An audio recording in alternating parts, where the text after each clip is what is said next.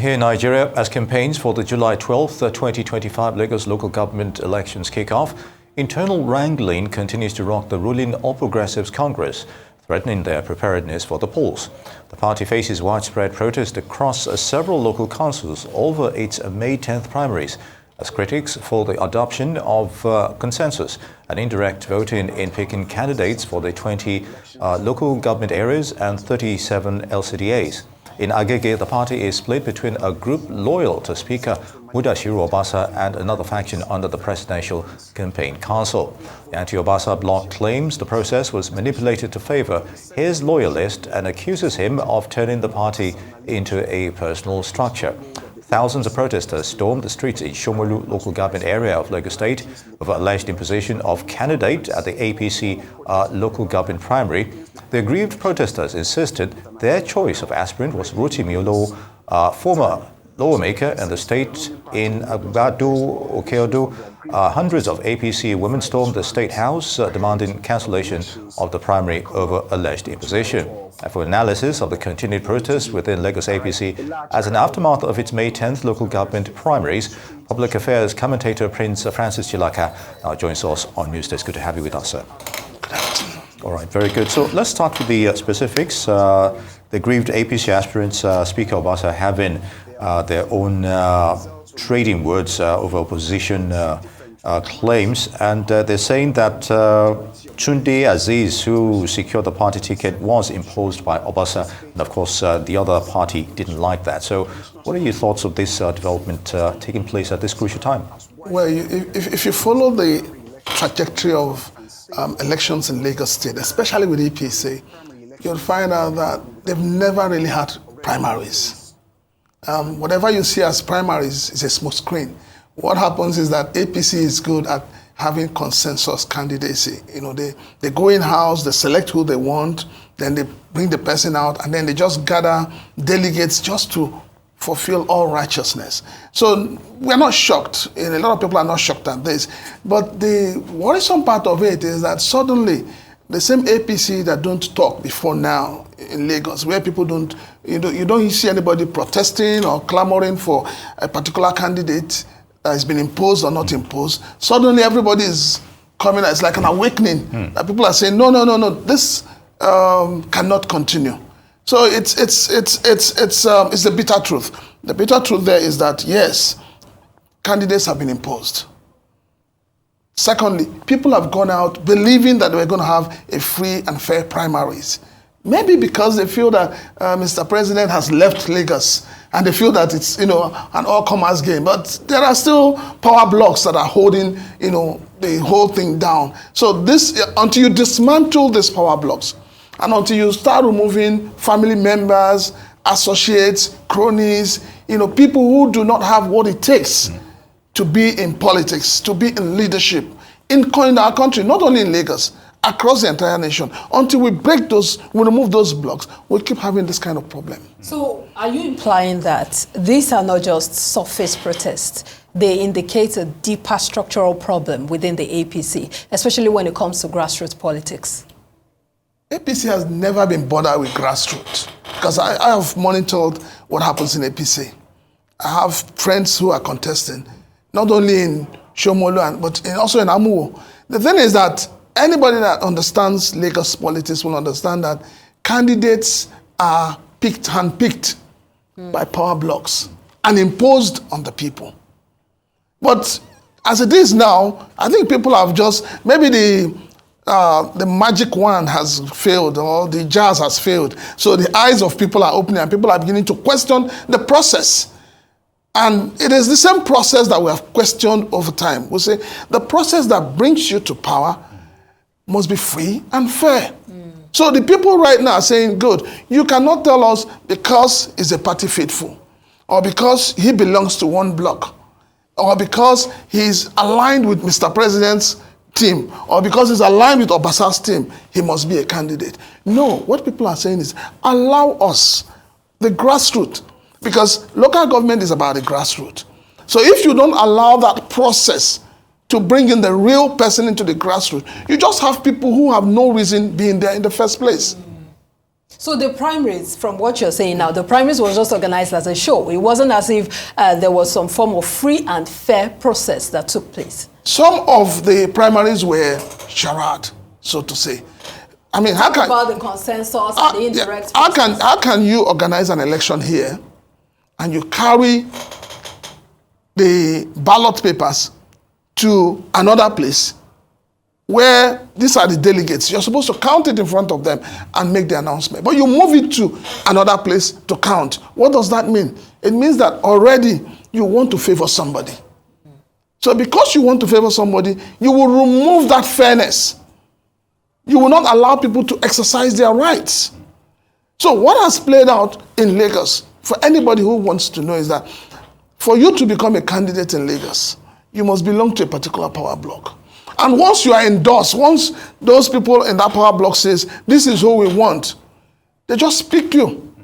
And once your name is there, look, it's a terrible situation we are in this country when it comes to local government elections across entire breadth and width of Nigeria. If you become a candidate in Lagos, it is rare for you not to win the election. It is rare. So it's almost like a done deal, as it were. But let me take you on this. There's an appeal committee set up by the APC in Lagos. It is also treating over 100 petitions over this issue due to the outcome of the primaries. And the report is not yet out. But what does this tell you about the gravity of the situation you've just painted now? And what's the way forward, and what are your expectations of that committee's report as well, if any? We have always had committees set up. It's like saying we want to manage crisis. So because we know there are going to be crises, so let us find a way to manage it. And that's why you have this committee set up. But the question is, how credible are the committee members? And how free are they to operate? So if you have committee members who already people are questioning their integrity, then you have a big problem. We have legal, the protesters are threatening legal action. They're saying that they're going to take it to court. What in part? You're already laughing. Looks like you feel like it won't hold water. Go to court. It's a phrase we're all used to. But you see, the thing is, I would say this, that it's not just about who becomes a local government chairman. I believe that we must begin to run a political system where we look at integrity, we look at productivity, we look at dignity, and we look at somebody who has a staying spirit, somebody who can utter a word and we will say, let us go to sleep because this man had spoken. But unfortunately, I keep saying across Nigeria because in other states it's the same thing. Yeah. The governor has his own candidate. The Speaker of the House has his own candidate. The ministers have their own candidate. So at the end of the day, we still have a local government that is not free. As, the president would say, oh, we're granting autonomy to the local government. But how much of that autonomy do they really have? Because if you don't have the autonomy of electing those who would govern you in the local government, then the whole thing about autonomy is a waste of time. So our own argument is not whether going to court or not going to court. The thing is, if you go to court, it will linger on. The elections will hold. While you're in court, the elections will hold. So I think the best thing that could happen right now is we need to have a system where those in power have a listening ear.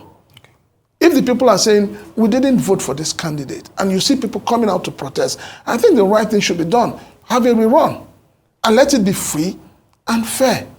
We're not saying you shouldn't have your own candidate. Yeah. You have your candidate. But the point is, allow it to be free and fair. So that at the end of the day, people will see that, even if you have a way of doing mago-mago for your own person to emerge, but the thing is that people will go home happy that, it was a transparent. Free, good.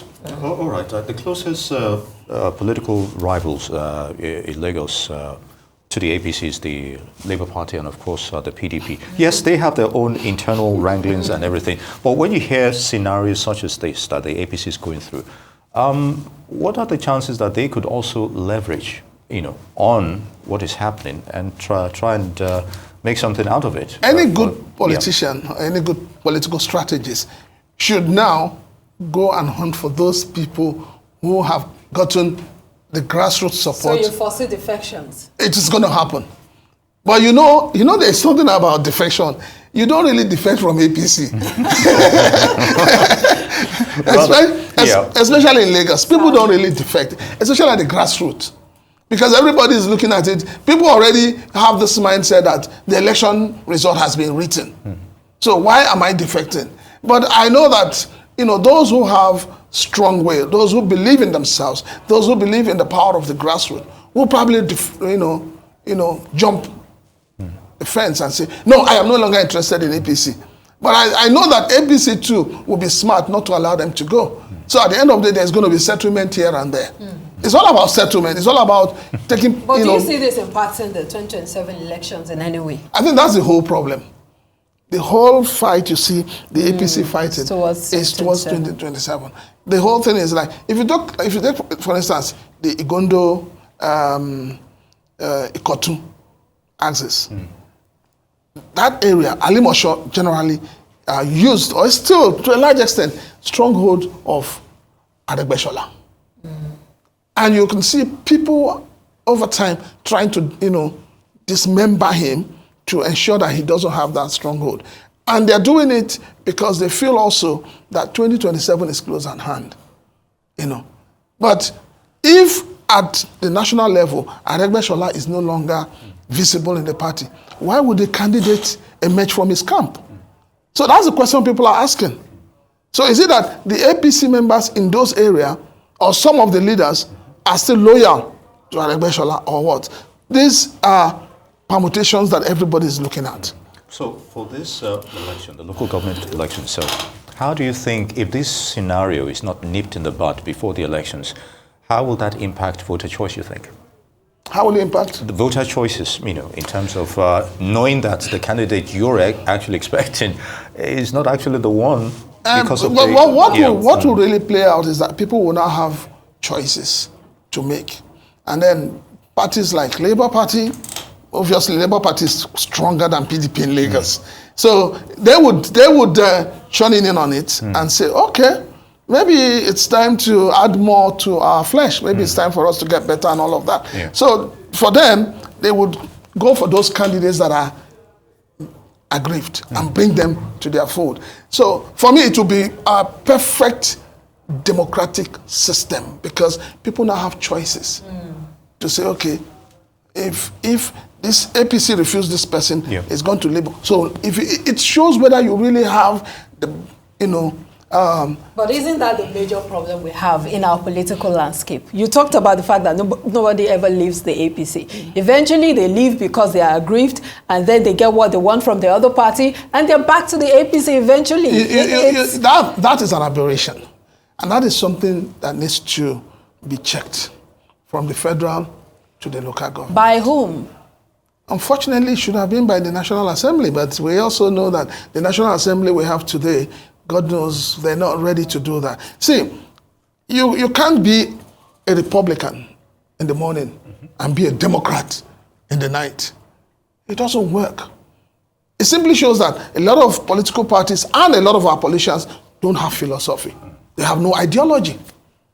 They just go by they just move the way the wave of the water moves them. But ordinarily, if you're a Democrat, you should have nothing to do with Republican. So even when you're moving from being a Democrat to a Republican, you should be able to forfeit that office that you took from that party into another party. But in Nigeria, anything goes because we have a weird political system. All right, I know that, yes, this is really like a vicious cycle because we're back to the first place eventually after all of the solutions and all of the things we talk about. But I'd like to hear what you think the APC should do to resolve all of this crisis. Is it possible to resolve it? It is possible.